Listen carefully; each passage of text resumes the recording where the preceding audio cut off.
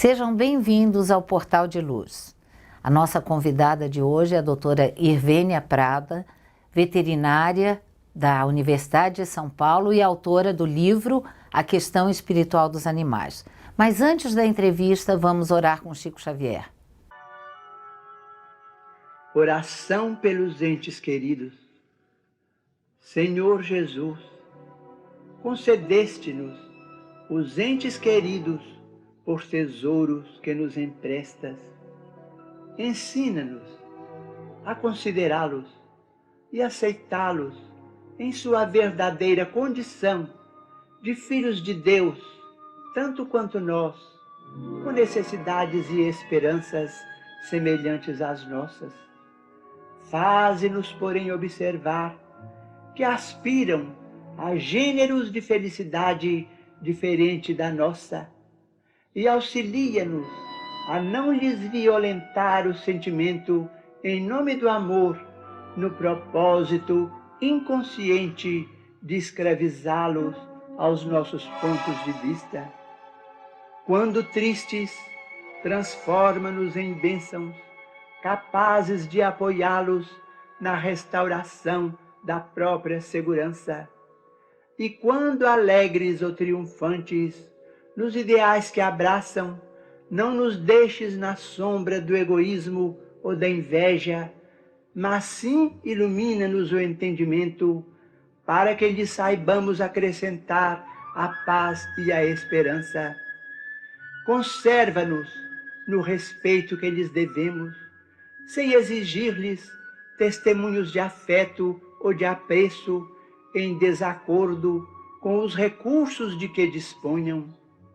Auxilia-nos a ser gratos pelo bem que nos façam, sem reclamar-lhes benefícios ou vantagens, homenagens ou gratificações que não nos possam proporcionar.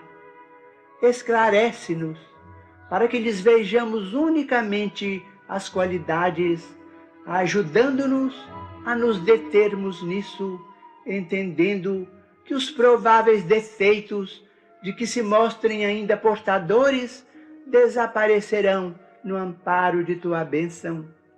E se algum dia viermos a surpreender alguns deles em experiências menos felizes, dá-nos a força de compreender que não será reprovando ou condenando que lhes conquistaremos os corações, e sim entregando-os a ti através da oração, porque apenas tu, Senhor, podes sondar o íntimo de nossas almas e guiar-nos o passo para o reequilíbrio nas leis abençoadas de Deus. Doutora Irvênia Prada é médica veterinária formada pela Universidade de São Paulo e uma batalhadora da questão animal. Também é autora do livro A Questão Espiritual dos Animais, que está na 10ª edição. Mas ela veio ao Portal de Luz para divulgar um importante evento, que é o 2º encontro no VET. O que é esse encontro, doutora Irvênia? Antes de mais nada, eu queria agradecer a oportunidade de estar aqui com vocês, né? Um programa aí que herdamos da doutora Marlene, de saudosa memória. E queria dizer para você o seguinte: o NUVET é Núcleo de Medicina Veterinária e Espiritualidade, é um núcleo dentro da Associação Médica Espírita de São Paulo. Então, uma das coisas que os núcleos da AME têm que fazer é um evento por ano. O ano passado nós fizemos o primeiro evento, esse ano estamos fazendo o 2º evento, que vai ser na sede da Federação Espírita do Estado de São Paulo, no dia 17 de maio. Estão todos convidados para nós tratarmos lá da espiritualidade na relação harmônica entre seres humanos e animais. Qualquer pessoa pode participar? É aberto ao público em geral, com certeza. E como está a relação ser humano e animal? Progrediu um pouco? Olha, tem progredido um pouco. A gente está muito otimista em relação a isso, mas ainda está muito longe do que nós desejamos, né? Porque todo o nosso paradigma cultural ainda é antropocêntrico, ele visa o bem-estar do ser humano, ele explora os animais em benefício do ser humano. E a nossa proposta como minoria criativa é fazer um novo olhar, é ter um novo olhar nessa relação entre seres humanos e animais. É uma relação de harmonia, de vivência, de respeito à verdadeira natureza dos animais, que é uma natureza espiritual. Doutora Irvênia, como a doutrina espírita, no caso, os livros da doutrina espírita, os livros de Kardec, veem a presença do animal junto ao ser humano, nesse planeta? Olha, a questão 597 do Livro dos Espíritos, nessa questão, Kardec pergunta aos espíritos: os animais têm uma certa inteligência que lhes dá uma certa liberdade de ação? Isso significa que eles têm um princípio inteligente, independente da matéria, independente do corpo físico? A resposta é direta e objetiva: sim. Os animais têm um princípio inteligente que antecede o corpo físico e que sobrevive à morte do corpo físico. Então, na sua filosofia, a doutrina espírita já aceita que os animais são princípios inteligentes em evolução. Agora, culturalmente, toda a nossa civilização, ela tem essa característica que eu já disse, é antropocêntrica. Os animais sempre foram vistos como objetos que podem ser utilizados, explorados e descartados em benefício do próprio ser humano. E a própria doutrina espírita, depois através dos livros de André Luiz, de Emmanuel, Irmão X e outros, elas nos motivam a respeitar os animais e, consequentemente, a amá-los. Inclusive nos livros do André Luiz, doutora Irvênia, em vários livros, ele cita a colaboração, o animal no mundo espiritual como um colaborador dos espíritos da humanidade. Com certeza. No livro Nosso Lar mesmo, já existe a citação de cães, figuras espirituais de cães puxando espécies de trenós. Em Missionários da Luz, o mentor Alexandre e André Luiz, eles descem às regiões umbralinas acompanhados também por animais, por cães, né, que estão favorecendo, ajudando o trabalho missionário desses espíritos. Então esse paradigma que tem que ser mudado, o animal é um companheiro, um auxiliar do ser humano e não alguém a serviço só do ser humano, né? Não alguém que continue a ser explorado em benefício só do ser humano. Hoje em dia, esse novo olhar, ele recomenda uma parceria, né? Todos nós somos seres em evolução, princípios espirituais dos animais, já estamos como seres humanos na fase de espíritos, buscando também o seu processo evolutivo, mas somos todos companheiros de jornada evolutiva. Então, essa separação entre seres humanos de um lado, como seres excelsos da natureza, e os animais de outro lado, como seres que precisam servir ao ser humano, essa visão está totalmente anacrônica. A visão agora que proposta por essa minoria criativa é de que nós nos vejamos todos como seres em evolução. Houve, inclusive, um movimento, como a senhora estava me contando, de cientistas, um movimento internacional que defende essa posição. Exatamente. Em 2012, exatamente em julho de 2012, uma série de neurocientistas, aliás, 26 neurocientistas de todo o mundo, estavam reunidos na Grã-Bretanha em um simpósio sobre consciência humana. E liderados pelo Dr. Philip Lowe, da Stanford University, nos Estados Unidos, ele começou uma discussão, uma conversa informal com os colegas, e depois eles chegaram à conclusão que não, todos admitem que os animais têm consciência. Resolveram fazer um manifesto, que hoje está conhecido como Manifesto de Cambridge, assinado pelos 26 neurocientistas, dizendo assim: não dá mais para esconder que não sabíamos. Não sabíamos o quê? Que os animais, mamíferos, répteis, aves e até alguns invertebrados como os polvos, têm consciência. E eles ainda justificam isso dizendo que as mesmas estruturas cerebrais que no ser humano servem para expressar a consciência, elas também existem no cérebro dos animais. E a França, como sempre, tomou frente e reconheceu há poucos meses e incluiu no seu Código Civil a ciência dos animais. Isso é uma coisa fantástica também, porque os animais, agora nas últimas décadas, têm sido considerados pela ciência como seres sencientes, ou seja, que sentem, que têm inteligência, que têm capacidade de aprendizado e todos os outros atributos inerentes a isso, né? Então, Algumas nações, elas têm levado isso muito a sério, e a França foi uma delas, e está reconhecendo os animais como seres sencientes. Ora, seres sencientes merecem direitos que atualmente são só relacionados aos seres humanos, né? O próprio Carl Sagan, que além de astrofísico era biólogo, no seu livro Dragões do Éden, que é da década de 70, ele já faz a seguinte indagação. Por exemplo, chimpanzés, já é reconhecido desde a década de 70 que eles têm consciência, eles têm um nível grande de inteligência, de raciocínio, porque eles não têm direitos como seres humanos, né? Os chamados direitos humanos. E ele continua: que inteligência terão de atingir até que seus direitos sejam reconhecidos? Nós estamos indo, digamos assim, a lentos passos, mas essa situação está caminhando. Ou seja, de reconhecer nos animais a sua verdadeira natureza, que é de seres espirituais, visão no meio espírita, é de seres sencientes, visão na ciência, e consequentemente reconhecer neles direitos que nós hoje atribuímos apenas aos seres humanos. No momento em que se reconhece o direito dos animais, como fica a indústria que explora os animais? Ela vai ficar em maus lençóis, né? E é por isso que a cultura, de modo geral, nossa, não aceita esse novo paradigma. Porque toda visão, toda atitude dos animais em relação aos seres humanos, ela terá de mudar. Por exemplo, a utilização de animais em diversão, rodeios, vaquejadas, farra do boi, rinha de galo, essas coisas todas, animais em circo, isso não tem o menor cabimento. Qualquer um de nós que pense um pouco vai concluir que isso é uma coisa totalmente absurda, vai ter que ser revista.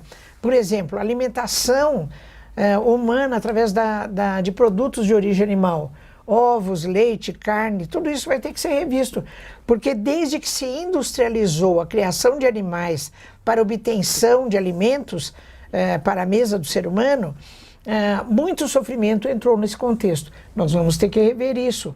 Então, todas as nossas atitudes em relação aos seres animais vão ter que ser revistas. Aquelas que implicam ganho econômico incomodam muito. Essa revisão incomoda muito, mas ela vai ter que ser revista. E as indústrias de pesquisa que usam os animais como cobaias? Também é outro setor que tem que rever.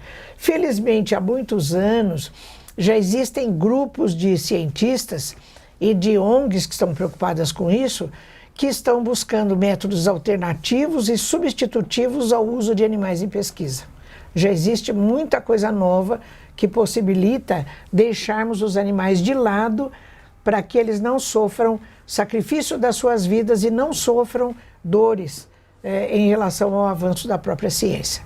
Doutora Irvênia, então todos esses temas serão discutidos no segundo encontro no VET? Isso, muitos desses temas. E depois, como nós vamos abrir para perguntas e respostas, tudo que estiver assim ao alcance da nossa equipe responder, nós estaremos à disposição.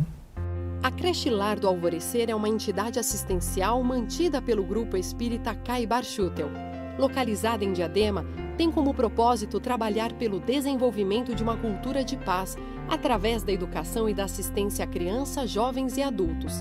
São 250 crianças atendidas diariamente. Conheça nossas atividades e colabore conosco pelo ideal de um mundo melhor. www.lardoalvorecer.org.br. O jornal Folha Espírita, fundado em 18 de abril de 1974, se dedica à divulgação da doutrina espírita. Saiba mais sobre assuntos atuais com o enfoque do espiritismo, além de entrevistas e artigos de diversos colunistas. Você pode escolher na versão digital ou impressa. Acesse e faça sua assinatura. www.folhaespírita.com.br. Voltamos com o Portal de Luz, com o nosso companheiro Maida, no Momento Doutrinário. Amigas e amigos do Portal de Luz, sejam bem-vindos. Hoje vamos refletir sobre os ensinamentos do Espírito Hilário Silva, psicografia de Chico Xavier, contida no livro Tem de Bom Ânimo, lição 20ª. É sabido que o pessoal das trevas desenvolve grandes atividades no plano espiritual ligado ao plano físico, aí efetuando muitas reuniões.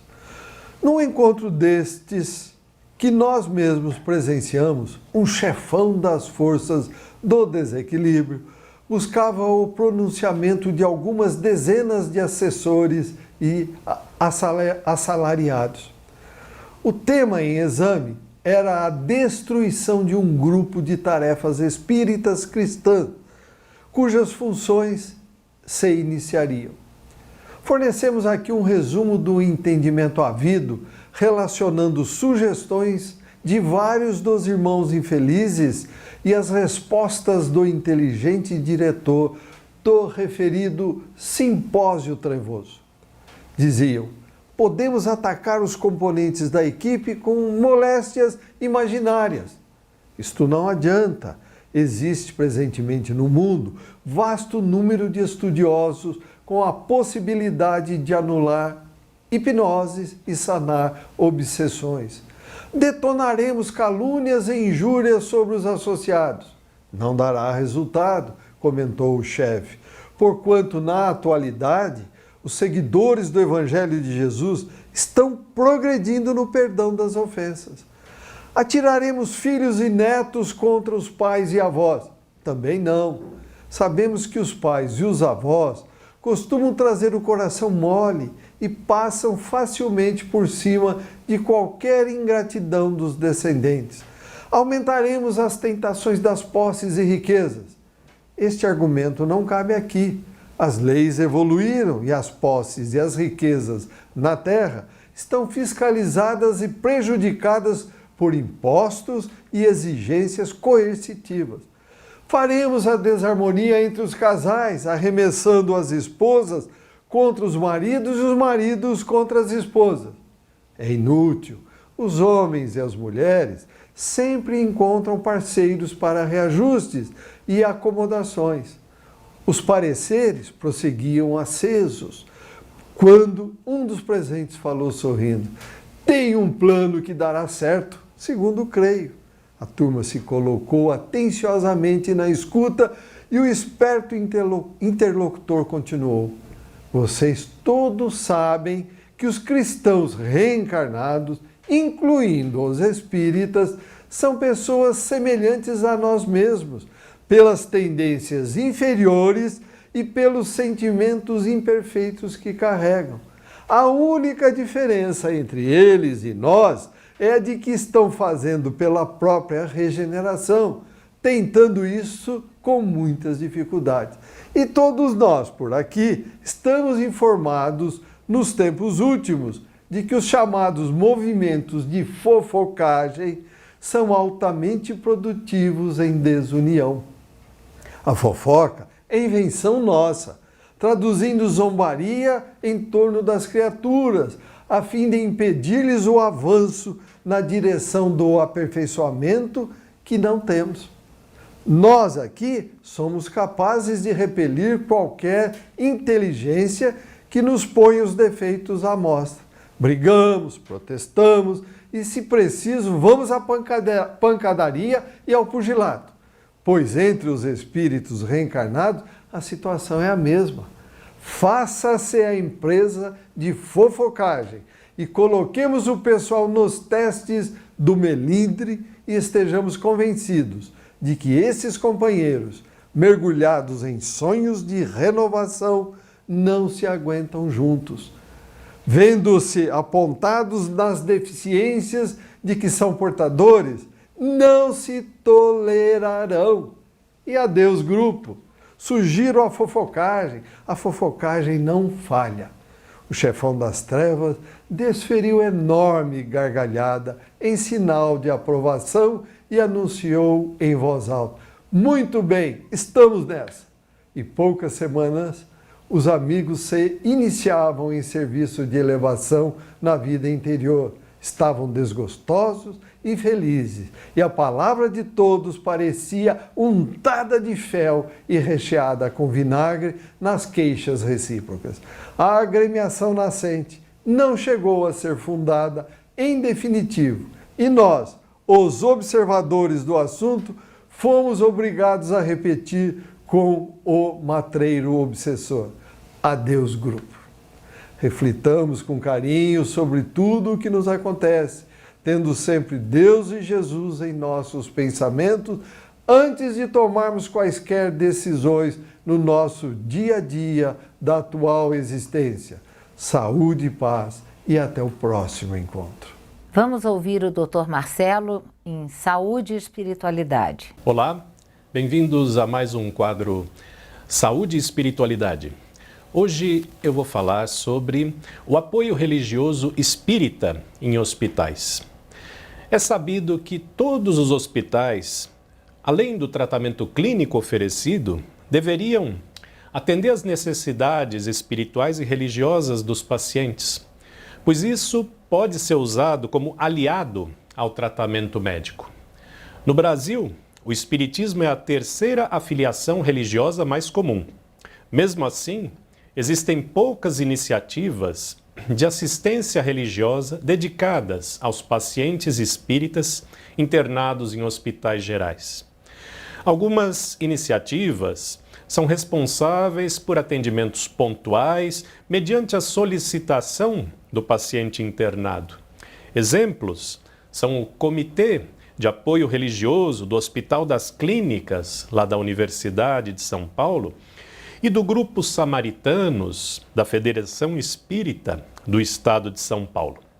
Por isso, a Associação Médico Espírita de São Paulo idealizou um serviço de apoio religioso espírita oferecido em hospitais conveniados aos pacientes internados e ou aos seus familiares, através da visitação por voluntários da nossa instituição. O objetivo é promover apoio humanitário, conforto e bem-estar ao paciente internado, usando a mensagem do Espiritismo para o fortalecimento da fé, do otimismo, da esperança e da paciência. Nós desejamos ser para o paciente internado um lembrete do poder da fé para sustentar, guiar e para aliviar durante a doença e o seu tratamento. As atividades desenvolvidas por esse serviço são o apoio pastoral cristão, o reforço de valores e conceitos da religiosidade cristã e também a orientação doutrinária espírita, se isso for solicitado. Portanto, nós fazemos um serviço de capelania, mas não somos propriamente capelães, porque não temos um trabalhador locado regularmente no hospital. Os voluntários vão apenas para as visitas de modo missionário, sem um vínculo formal com a instituição. No Hospital Santa Maggiore, Unidade Paraíso, esse projeto começou há alguns anos, em março de 2012. Como esse hospital é da rede Prevent Senior, uma característica é ter apenas pacientes idosos. A média dos assistidos em idade nessas visitas é de 76 anos. O fluxo para a realização da assistência é o seguinte: no dia anterior à visita, um funcionário do hospital pergunta aos novos pacientes se eles desejam a visita religiosa. As opções disponíveis no hospital são a visita católica, espírita e evangélica. Curiosamente, alguns pacientes marcam que desejam a visita de 2 ou 3 dessas denominações. E aí, uma vez por semana, o hospital gera uma lista com os pacientes interessados. O visitador da Associação Médico Espírita vai apenas aos leitos citados para a visita espírita. A abrangência dessas visitas inclui os apartamentos, as enfermarias e também a UTI. A assistência consiste basicamente de uma mensagem e uma bênção. A mensagem está relacionada ao componente consolador do Espiritismo.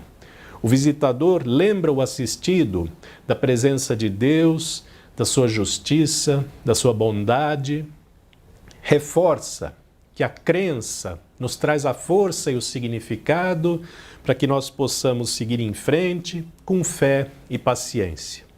Em seguida é feita a prece nas aflições da vida, da coletânea de preces espíritas de O Evangelho segundo o Espiritismo. Essa prece está relacionada ao componente redentor do Espiritismo, pois nos lembra que Deus, às vezes, é o Pai que recusa ao Filho algo inconveniente. Nas visitas hospitalares, o passe e a fluidificação da água não são praticados de forma tradicional. Nós entendemos que a prece já funciona como uma espécie de passe mental e o melhor local para o passe é sempre o centro espírita. Algumas variações às vezes acontecem, temos alguns assistidos inconscientes e nesses casos nós praticamos o mesmo roteiro, mas nós nos dirigimos ao espírito do assistido e também ao acompanhante que sempre aproveita a mensagem. A Associação Médico Espírita também iniciou, em novembro de 2013, essa atividade no Hospital Santa Maggiore da Unidade Pinheiros. Essa instituição tem características diferentes, sendo dedicada a cuidados paliativos e de longa permanência. O sucesso dessa iniciativa fez com que os profissionais de saúde dessa instituição pedissem aos visitadores que fizessem uma reunião ecumênica cristã uma vez por mês, aberta, de modo que eles também pudessem participar. Como conclusão, esse modelo de capelania espírita parece bastante viável para ser replicado por outros grupos, é um serviço bem aceito pelos assistidos, pelos familiares, pelos funcionários de saúde e também pelos gestores dos hospitais. Obrigado pela atenção. Não esqueçam, na próxima semana continuamos a entrevista com a doutora Irvênia Prada, médica veterinária.